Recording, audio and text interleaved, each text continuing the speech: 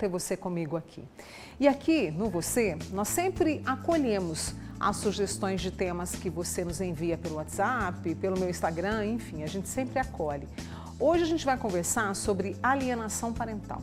Quando crianças e adolescentes sofrem algum tipo de interferência ali na criação, na formação psicológica. E esse tipo de atitude, de comportamento, isso também é caracterizado como tipo de violência e deve ser combatida. E aí precisam ser garantidos os direitos, para uma possível convivência familiar, uma convivência saudável. E sobre esse tema, eu estou recebendo aqui hoje a advogada na área do direito da família, a Pamela Lourenço. Pamela, obrigada por ter vindo, viu? Mônica, eu que agradeço o convite, é um prazerzaço estar aqui novamente com vocês. Fico feliz e, quer mandar uma pergunta? Não precisa colocar seu nome, tá tudo certo.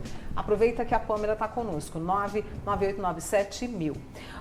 Primeiramente, vamos explicar para o pessoal o que é essa alienação parental. A gente explicou de uma forma meio simples, O que é?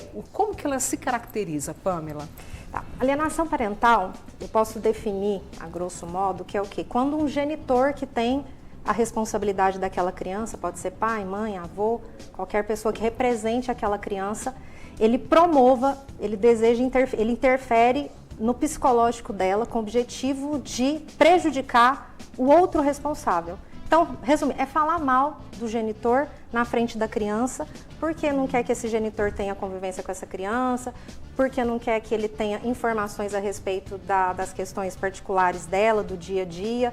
E, principalmente, o objetivo também é quando o genitor deseja, a qualquer custo, que aquela criança crie um ódio daquele genitor, que ela não goste do pai ou não goste da mãe. Então, basicamente, é isso. É uma violência, a gente falou, Muito. É uma violência, porque essa criança ela fica num jogo e ela às vezes não tem a maturidade para entender o que está acontecendo ali, não é? Com certeza, porque assim, a formação psicológica da criança, principalmente nos primeiros anos de vida, é muito importante. Então, a figura do pai e a figura da mãe precisa estar muito bem estabelecido. Então, quando aquilo tem alguma interferência negativa, ela pode trazer consequências desastrosas para o resto da vida.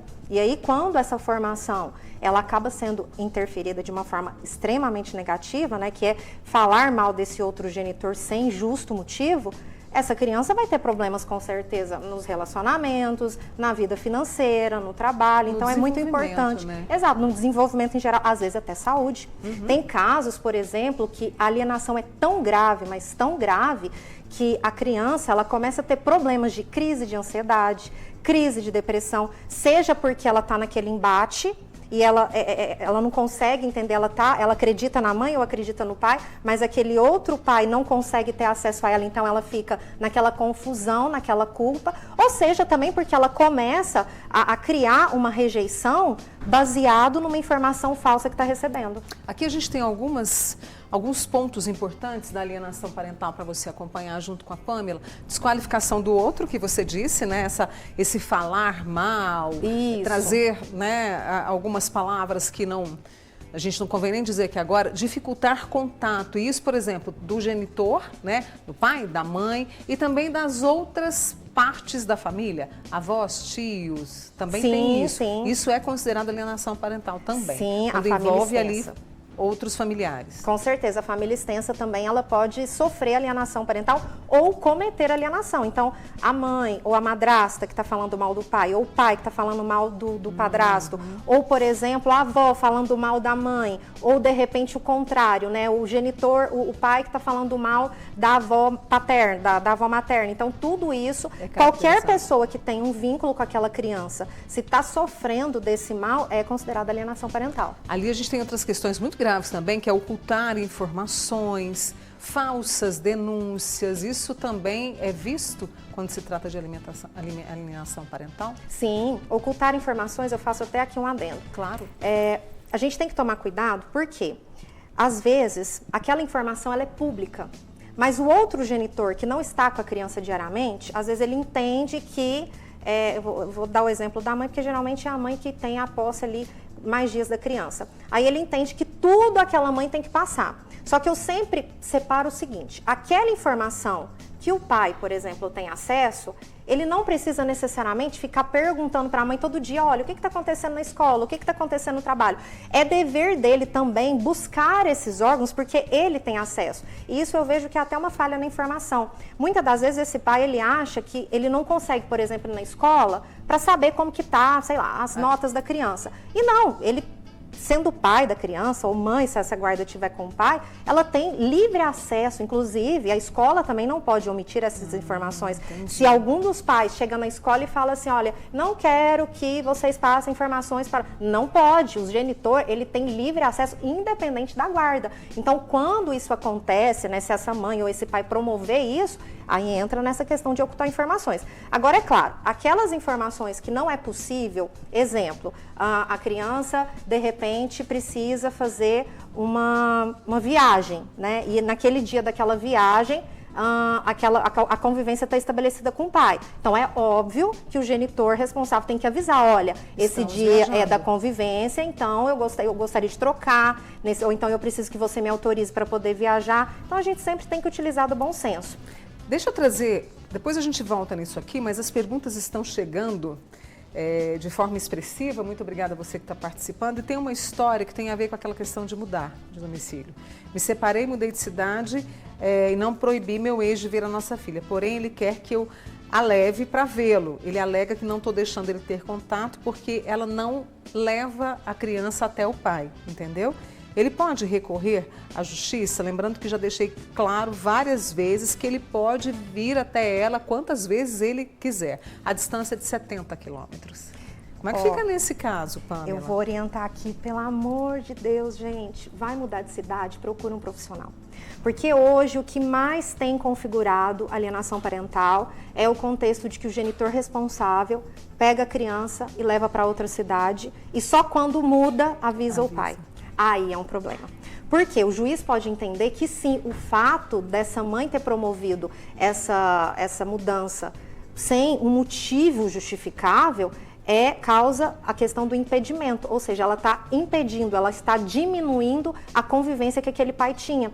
Por mais que ali os quilômetros não é tão alto assim, não é tão grande, mas isso pode sim configurar alienação. Então, o importante para ela imediatamente é procurar ajuda profissional e ela regularizar isso quanto antes, porque se esse pai entrar na justiça e alegar que ela mudou de cidade sem a devida alteração, ela pode ter muito problema. Então, é melhor procurar um profissional agora para ver isso, porque talvez ela tenha mudado porque recebeu uma proposta de emprego, né? E de repente só ficou ali na conversa, mas isso pode ser Pode dar um problema, pode. Né? Inclusive, eu já peguei casos que houve a reversão da guarda por conta desse comportamento da mãe.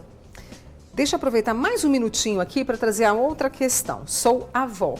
Quando os pais se separam e a criança de 7 anos não quer ficar com a mãe, o que fazer? O pai tem direito de pedir a guarda? É uma dúvida de uma avó que está vivendo essa situação, Pamela. Claro, a gente tem aquela crença, né, de que a guarda é da mãe, né? E não, a guarda pode ser do pai ou pode ser da mãe. Como que o judiciário vai definir isso? Quem é o genitor mais responsável que vai conseguir e vai representar o melhor interesse daquela criança.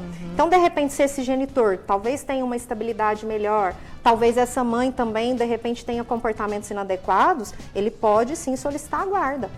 Não existe essa preferência, não, a preferência é aquela que vai ofertar para aquela criança o melhor interesse. Então, pode ser o pai ou pode ser a mãe.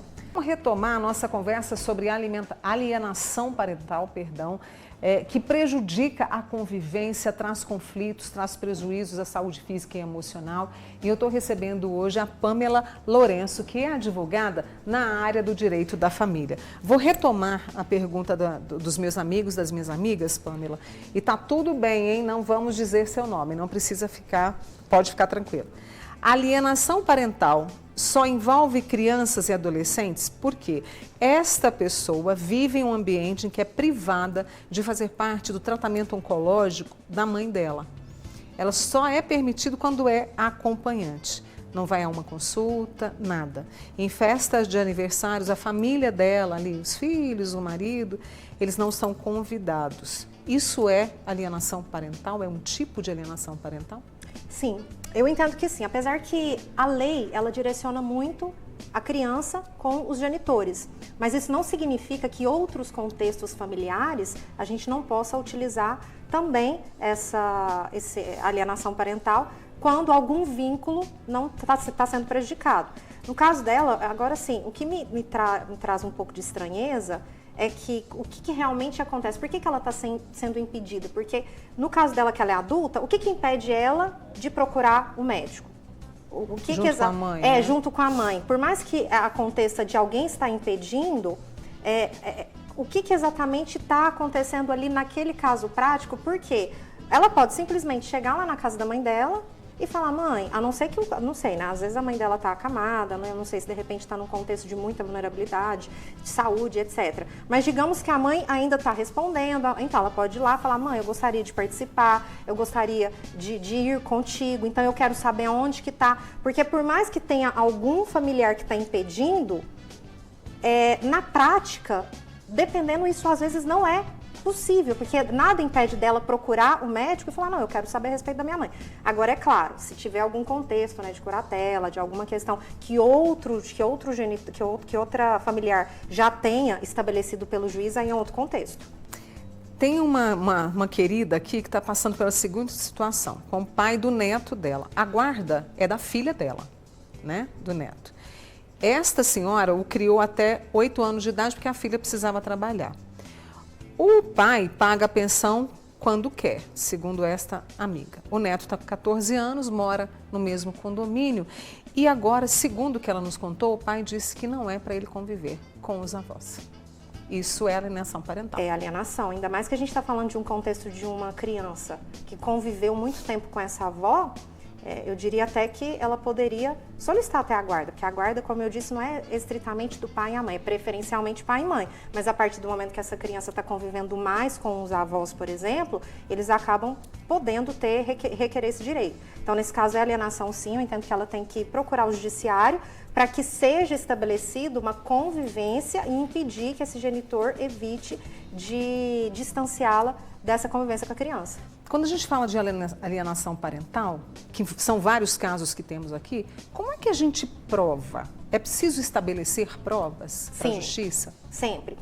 Só que as provas são sempre muito complexas e subjetivas, porque a gente está falando de questões psicológicas. Então, eu sempre indico uma criança que está passando por isso que a mãe ou o pai coloque na terapia. Gente, terapia é vida. Eu acho que todo mundo tinha que fazer terapia e criança fazer terapia não é um problema. Criança frequentar terapeuta, eu acho que inclusive é a solução para evitar esses litígios e para que a criança consiga entender tudo que está acontecendo e verbalizar. Então, a mãe ou o pai que está sofrendo, o ideal é procurar um terapeuta. Por quê? Porque aí ele vai conseguir fazer atendimentos terapêuticos e identificar se aquela criança pode estar sofrendo um contexto de alienação parental. Ah, mas digamos que é uma pessoa que não tem condições de pagar. O que eu oriento? Ou ela procurar as escolas, que geralmente eles podem oferecer esses serviços também de forma gratuita, ou, em último caso, quando ela promove uma ação judicial, no processo, aquela criança vai passar por estudo, que é um estudo com psicólogo e com assistente social. Então, nesse estudo também, a perícia judicial, que a gente chama, é possível também identificar se está sofrendo alienação e se tiver, o outro genitor vai ser penalizado. Mensagens via aplicativo de mensagens, testemunhas, isso também conta? Conta, testemunha também conta, mensagens muito, né? Sabe aquela mensagem que você manda, você é uma mãe vagabunda, você é um pai que não presta. Não, já não faça isso, porque qualquer coisa pode virar contra esse genitor. E isso também é uma forma de alienação. Agora, só tomem cuidado com vídeos. Vídeos é complicado. Por quê? Vídeo é um meio de prova? Sim. Só que quando a gente está falando de uma criança, eu pego muito caso que eles colocam lá para... tá filmando um contexto ali da criança. Mas dependendo, a mãe ou o pai faz aquilo para tentar se ajudar, mas a forma como ele faz, ele pode, na verdade, inverter e confirmar uma alienação. Então, o vídeo que eu tenho um pouco de cautela e também por conta da exposição. O pai do filho dessa amiga nossa tem 10 anos e ele não costuma procurar o filho, apenas paga a pensão porque foi determinado judicialmente, né? Frequentemente diz que vai buscar o menino, mas quase não vai, não aparece de jeito nenhum. A criança é obrigada a ir às visitas mesmo não querendo? E como é que... Porque esse pai comenta com as outras pessoas que assim, é ela que não quer que eu veja o meu filho, entendeu? Como que ela deve agir nesse caso? A gente acabou de falar de provas. Primeira questão, ser acusada, né? Houve separação, para evitar a acusação de alienação parental, é deixar regulamentado o dia de convivência com esse pai. Por quê? Deixou regulamentado, naqueles dias o pai tem o direito de conviver. Se ele não comparece nos dias, o que eu sempre indico? A mãe, por exemplo, vai mandar mensagem para esse pai, ou vice-versa, depende de onde que essa guarda está estabelecida, perguntando, olha, hoje é o dia da sua convivência, a criança está aguardando, você virá? Aquilo já é uma prova, porque se passou do horário, ele não compareceu, essa mãe ou esse genitor vai poder pegar a criança e fazer o que bem entender. Então, ali é uma prova para que, se caso ele acusar, ela vai se defender e dizer que não é o caso, que não é bem uma alienação. É ele, na verdade, eu chamo de autoalienação, né? É ele que está promovendo esse distanciamento. Então, é muito importante a regulamentação dessa guarda para ter os dias fixados, porque aí quebra qualquer narrativa falsa de alienação parental.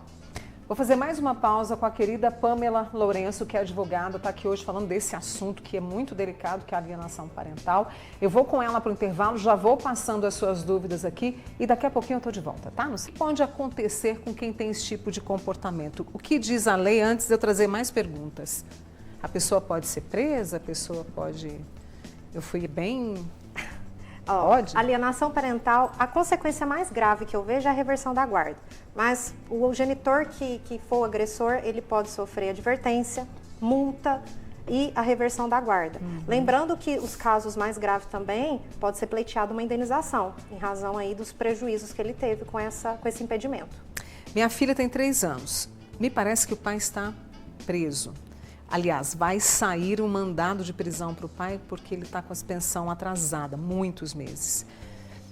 É dependente químico e quando a família dele está presente, eu deixo com que ele pegue a menina, contou essa amiga. O problema é que eu não deixo ela dormir lá.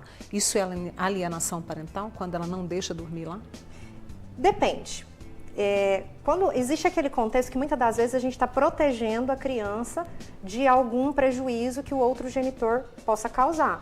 Então, nesses casos, o que eu recomendo primeiro, tem que estar regulamentado. Tem que procurar o judiciário e estabelecer que, naquele caso, sei lá, o genitor não pode conviver porque ele pode demonstrar algum risco. E aí, se for comprovado, ela de fato não vai poder autorizar essa criança a dormir. Mas precisa ter uma determinação. Se não tem uma determinação por si só, pode vir a dar problema para ela. Lembrando que o fato do pai ser preso por conta de pensão alimentícia não é motivo justificável para impedir. Esse genitor, para ter esse impedimento da criança, precisa ser algo muito sério, algo que realmente coloque ela em risco. Então, o simples fato dele deixar de pagar uma pensão, por si só, não é suficiente. Só para lembrar, olha, as consequências jurídicas, advertência ou multa, àquele que pratica alienação, determinação de acompanhamento psicológico, ampliação do regime de convivência familiar. O que isso quer dizer? Aquele genitor que tem um determinado período pode estender, pode aumentar. Tá. Até para ele conseguir ter mais tempo com a criança. Alteração da guarda, como você bem disse, e suspensão da autoridade parental. Sim, a suspensão são aqueles casos assim, extremos, né? Eu diria que é bem mais difícil de acontecer, mas que pode acontecer e a lei ela traz brecha para que isso seja uma punição realmente para aquele genitor. Tem uma amiga nossa que tem uma neta de 4 anos, o pai dela nunca registrou. Agora está na justiça alegando alienação parental. Mas às vezes que ele viu a criança foi porque a filha levou até ele. Ele nunca perguntou por ela e ela, a criança, é autista. Aqui a gente não fala nada de mal do pai e ela fica mais comigo que sou a avó da criança. E aí? Ele entrou na justiça alegando alienação. Eu sempre deixo claro também, gente, que alegar, a gente pode alegar um monte de coisa, agora provar é mais complicado. Porque existe uma diferença entre aquela responsável que está falando mal daquele genitor, agora tem aqueles casos que o próprio genitor não vai visitar, não quer conviver, e aí acaba sendo utilizado sim, ele usa a lei a favor dele. Mas nesses casos eu acho muito pouco provável dele ter sucesso. Porque existe, como eu disse, a diferença entre a mãe falar mal, mas é aquele caso que realmente o genitor não faz a mínima questão. Então isso não é alienação. Eu falo que é autoalienação, né? Ele que está se auto-sabotando. E nem tudo também que é alegado significa que o juiz vai concordar que ele vai acatar. Então é muito importante também que não crie um terror sobre isso, porque processo judicial exige prova. Então se não tiver prova também... Se fizer uma festa de aniversário para o meu filho e eu não convidar o genitor, a genitora, representa alienação parental? Não, via de regra não. Por quê? A festa de aniversário é algo muito assim particular e nada impede, por exemplo, também do outro genitor fazer a festa dele. Então, via de regra, esse fato por si só não é alienação. Agora, é claro, se tiver outros contextos, né, outros atos que essa pessoa esteja fazendo, esse responsável esteja fazendo, às vezes ele pode utilizar isso também para contribuir com os argumentos de que a responsável está alienando. Quando a criança, na verdade, é um adolescente, quando um adolescente tem 16 anos, ele pode escolher com quem morar?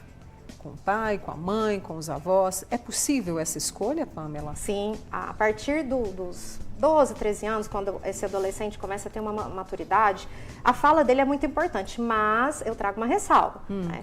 Não é também aquela história de que, porque eu quero e pronto. Também não é bem assim. A gente sabe que muitas das vezes aquele genitor que não convive mais tempo com a criança, com o adolescente no caso, ele tem um privilégio porque ele só fica com a parte boa. Então o adolescente cria a ideia de que, eu vou ficar com fulano porque ele me trata melhor, ou eu não tenho tanta responsabilidade. Porque aquele que convive diariamente é o que cobra, não faça isso, não faça aquilo, e adolescente a gente sabe como que é. Então, sim, a palavra dele tem um peso, mas depende do porquê que ele quer ir. Mas vamos combinar? Assim, eu falo que a gente também tem que ter bom senso, né? Eu acho que o adolescente, independente das razões dele, acho que é bom ele também ter um pouquinho de convivência com a outra parte, se for o caso, que às vezes é interessante que ele também tenha uma aproximação do outro genitor, e isso de repente pode clarear muitas as informações que ele tem dos próprios pais. Então, A acho que isso é guarda importante compartilhada também. permite isso? A guarda compartilhada? A guarda compartilhada é a regra, mas a guarda compartilhada não significa compartilhar as casas, né? Só significa compartilhar as decisões e as responsabilidades. Mas é possível sim, se for uma criança ou um adolescente que já está muito estabelecido em alternar, não é algo comum. Mas dependendo se aquilo representar o melhor interesse da criança ou do adolescente, é possível utilizar desse meio. Meu filho não deixa que eu veja meu neto. O que eu faço? É alienação? Alienação, com certeza. Justiça.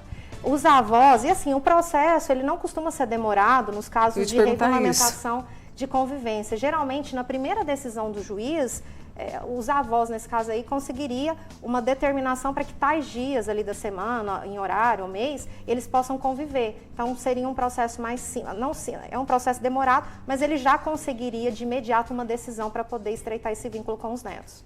Por falar em questão de justiça lenta, o marido dessa amiga nossa vive uma situação de alienação com a filha de 8 anos. A mãe da criança o acusou de abuso sexual. Estamos na justiça há 3 anos para provar a verdade.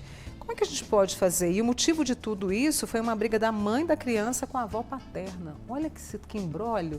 O que eles podem fazer? Olha, a gente está num contexto complicado, porque quando envolve acusação de violência sexual, então exige uma prova robusta, porque aí a gente precisa proteger a criança, a gente também não pode invalidar aquela fala, mas ao mesmo tempo a gente precisa compreender até que ponto, de repente, aquela narrativa confere. Quando se trata de uma violência sexual que deixa vestígio, essa aí, eu sempre falo, né? Aconteceu qualquer indício, procure um perito, procure um médico, procure órgãos, né, que atendam essas crianças de imediato, porque eles vão conseguir fazer uma perícia e identificar. Agora, o problema acontece quando é um contexto de violência sexual que não deixa vestígio. Aí a gente está num problema mais alto. Mas o que eu recomendo? Terapia psicóloga. Porque se for uma narrativa falsa, por meio da terapia, eles conseguem identificar e desqualificar essa narrativa. Por outro lado, né, se for real também, no caso de uma criança que sofreu violência, mas não deixou vestígio, aí depende da idade também, eu não sei se é uma criança, é 8 anos, né, agora eu não lembro. 8 anos. Mas já é uma criança que já consegue verbalizar, já é uma criança que já tem um discernimento maior, então a terapia é o mais indicado, tanto também para confirmar esse contexto de violência, quanto para desconfirmar também. Para desconfirmar, exatamente, né? Então a terapia é o caminho. Tá bom. Minha filha sofreu alienação por parte do pai porque ele não queria mostrar Ai, que situação complicada, que a filha é cadeirante, ele nunca deu muita atenção para ela. Hoje ela está na faculdade, quer a aproximação. E aí, ela é obrigada a conviver com ele? Ela quer a aproximação desse pai. E aí? Nossa, que situação difícil. O interesse dos filhos, ele sempre deve preponderar. Então, independente de quem foi esse pai, né, ou de quem foi essa mãe, a gente tem que respeitar o desejo da criança.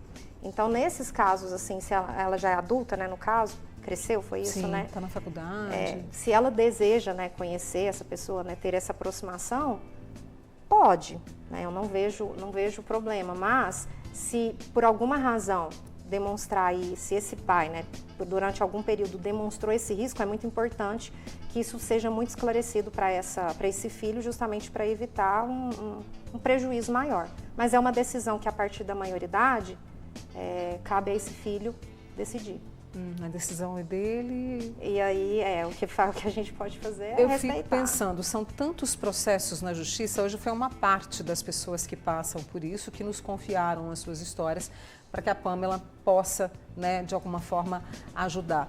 Mas se houvesse, eu fico pensando assim, se houvesse mais conversa, mais diálogo, poderia ser diferente? Nós não teríamos tantos processos na justiça, que eu imagino que são tantos, né? São demais e assim, abarrota o judiciário. Algumas questões são simples de serem resolvidas, mas por ter o litígio, os pais criam essa animosidade. Em muitos casos, às vezes nem há alienação, há uma distorção dos próprios pais que sempre acha que o outro está fazendo algo para atacá-lo e às vezes nem é isso. Então eu sempre indico, não é terapia só para criança, é terapia para os pais. Se os pais fizerem terapia, os processos também diminuirão, em alguns casos, inclusive em contexto de alienação, o próprio judiciário também determina que aquele genitor ou os pais passem também por terapia, justamente para tentar resolver aquele litígio e proteger o interesse da criança. Pamela, deixa eu fazer uma correção para você e para você que está acompanhando. Talvez eu não tenha lido aqui da forma correta, mas, na verdade, o pai desta moça, que é cadeirante, está fazendo faculdade, é quem quer se aproximar. Sim. Desculpe, eu li de forma equivocada. Mas aí, são duas questões. Ela é cadeirante. Mas ela existe alguma deficiência intelectual? Não. De todo jeito, é ela que vai decidir. A partir da fase adulta, ela tem plena capacidade de decidir se ela vai querer esse convívio ou não.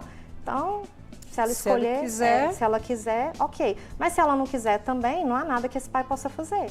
Porque a gente também não obriga o outro a conviver. A gente não consegue obrigar nem o pai, quando a criança está pequena, a conviver. Numa fase adulta, então, a gente também não vai conseguir obrigar o filho a conviver com esse pai que, por alguma razão, sumiu a vida inteira e, de repente, apareceu. De repente, quer se aproximar. Exatamente. Agora. Então, de todo jeito, a decisão está nas mãos dela, da filha. Então, cabe a ela decidir ou não. Muito bem. Deixa eu fazer o seguinte, eu preciso muito agradecer a vocês, né, que eu até falei e reforço, que nos confiaram as histórias, né, porque são histórias particulares, são histórias muito fortes, e que trouxeram para a Pamela Lourenço, que é advogada na área do direito da família, tratando hoje aqui no Você sobre alienação parental. E sempre, vez ou outra, vamos trazer de volta. Aliás, vai ter mudança na lei, eu acredito, né? E a gente precisa falar sobre isso, mas é para um outro momento. Pamela, muito obrigada, adorei te receber. Eu que agradeço, Obrigada, fico à disposição. Prazerzaço novamente estar aqui. Obrigada. E é isso. E obrigada a vocês também, tá? Vamos para entre um café e outro? Claro. Então vamos.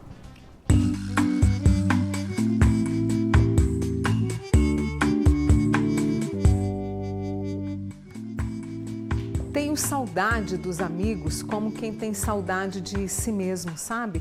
Porque em cada amizade ficou guardado um pedaço do que eu fui feliz.